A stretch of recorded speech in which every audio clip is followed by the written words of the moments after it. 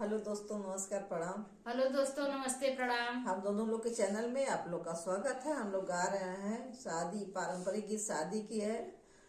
और आप लोग कैसा, ये सब पुरानी गीतें हम लोग गा रहे हैं उसी को। कैसी लगी आप लोग जरूर बताइएगा। पुरबू के देशा वाले अवेला बामनावा हो, हाथवा हरदिया केरी गाठ, हाथवा हरदिया केरी गाठ।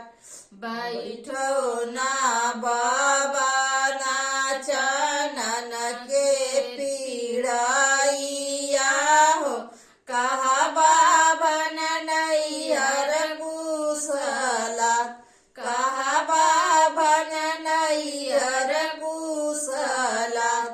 तोरे नाई हराए बेटी सब कुशलतिया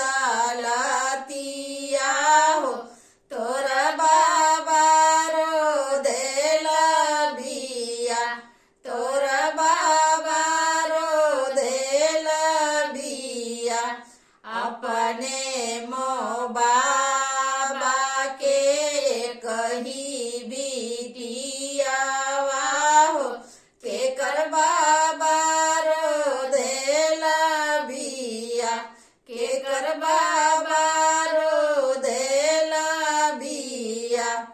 जमने ही दिनवाए बेटी अइलू गवानावा हो, तोरे पीछे हो रीला जना, तोरे पीठी हो रीला जना। कैसे का जाइए बाबन भैया रे नेवातावा हो, घर हूँ देवरवा कबिया, घर हूँ देवरवा कबिया।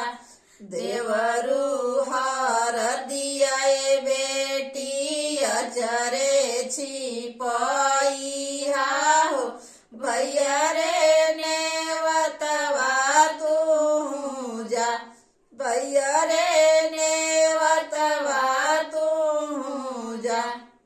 मचिया ही बैठेली सासु बड़ाई दिन हो, सुना सासुआर जहामा, सुना सासुआर जहामा। दे देहु सासु हो अपन चित्र साड़िया हो, भैया रे नेवतवा मजा, भैया रे नेवतवा मजा। कैसे